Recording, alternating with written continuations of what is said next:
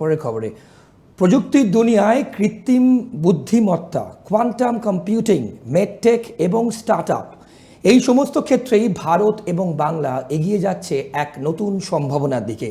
সেই ভাবনারই প্রতিফলন দেখা গেল ইন্ডিয়ান চেম্বার অফ কমার্স আয়োজিত এক সম্মেলনে। এদিন রাজ্যকে প্রযুক্তির নতুন হাবে রূপান্তর করার বার্তা দিলেন তথ্য প্রযুক্তি মন্ত্রী Babul Supriyo. Indian chamber of কমার্সের উদ্যোগে আয়োজিত এক সম্মেলনে কৃত্রিম বুদ্ধিমত্তা, স্টার্টআপ, মেডটেক ও কোয়ান্টাম কম্পিউটিং নিয়ে গুরুত্বপূর্ণ আলোচনা অনুষ্ঠিত হয়। উক্ত আলোচনায় মুখ্য অতিথি হিসেবে উপস্থিত ছিলেন পশ্চিমবঙ্গ সরকারের তথ্য প্রযুক্তি দপ্তরের ভারপ্রাপ্ত মন্ত্রী বাবুল সুপ্রিয়। মন্ত্রী জানান, সময়ের সঙ্গে বিজ্ঞানের উন্নয়নকে কাজে লাগিয়ে উদ্ভাবনী প্রযুক্তিকে আরও এগিয়ে নিয়ে যাওয়ার জন্য রাজ্য সরকার সচেষ্ট। মেশিন লার্নিং ও সাইবার নিরাপত্তা সহ একাধিক বিষয়কেও গুরুত্ব দেওয়া হচ্ছে। চেম্বার অফ কমার্সেস আছে যারা, তারা এই যে অনুষ্ঠানগুলো করছেন, I am really very thankful to all of them, because এই গ্যাদারিংগুলোর মাধ্যমেই বহু মানুষ কিন্তু জানতে পারছে যে ওয়েস্ট বেঙ্গল আইটির ক্ষেত্রে যে আমরা যে বিজিবিএস করি তাতে যে কাজগুলো বা যে প্ল্যানিংয়ের কথা বলা হয়, অ্যাকচুয়ালি অন দ্য গ্রাউন্ড সেইগুলো ইমপ্লিমেন্ট করার দায়িত্ব আইটি ইন্ডাস্ট্রির এবং আইটি মিনিস্ট্রি রাদার ডিপার্টমেন্টের। তো সেগুলোর কতটা কি হচ্ছে, কি স্পিডে এগোচ্ছে, সবাই সেটা জানতে চায়। আমার মনে হয় এই প্রোগ্রামগুলোর মাধ্যমেই সেটা মানুষের কাছে পৌঁছবে। তথ্য প্রযুক্তিকে এগিয়ে নিয়ে যেতে মাননীয় মুখ্যমন্ত্রী মমতা বন্দ্যোপাধ্যায়ের উদ্যোগে রাজ্য সরকার সব রকম সহযোগিতা করছে। তিনি উদাহরণ দেন, বেঙ্গল সিলিকন ভ্যালি প্রকল্পে ইতিমধ্যেই কাজ শুরু হয়েছে এবং জমির দামও বেড়েছে।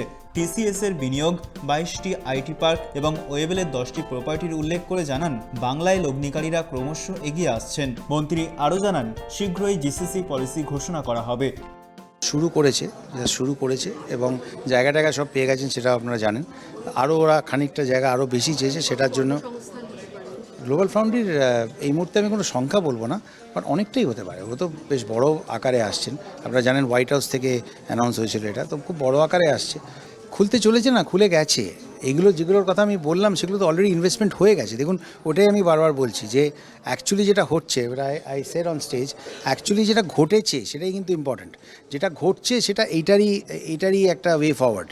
যখন এই এত বড় বড় কোম্পানি যখন কলকাতায় আসছে আর তারা যখন অলরেডি ইনভেস্ট করেছে, তারা যখন কাজ করছে, কাজ শুরু করে দিয়েছে, বেঙ্গল সিলিকন ভ্যালিতে পুরো 100% জায়গা যখন অলরেডি নেওয়া হয়ে গেছে, সেটাই তো প্রুফ ইটসেলফ দ্যাট ভালো হচ্ছে, তাই এগুলো বাড়ছে।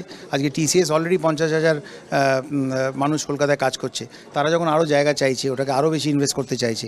ইনফোসিস যখন এরকম বিল্ডিং বানাচ্ছে, এত স্টেট অফ দি আর্ট এটা কলকাতায় করেছে, তো obviously this is all move in the right direction. এছাড়া রাজ্য সরকারের 400-র বেশি আইআইটি থেকে প্রশিক্ষিত তরুণ তরুণীরা ইতিমধ্যেই বিভিন্ন কোম্পানিতে চাকরি পাচ্ছেন বলেও জানান তিনি। বণিক সভার উদ্দেশ্যে তিনি আহ্বান জানান, আইআইটিতে প্রশিক্ষণপ্রাপ্তদের জন্য কর্মসংস্থানের সুযোগ বাড়াতে।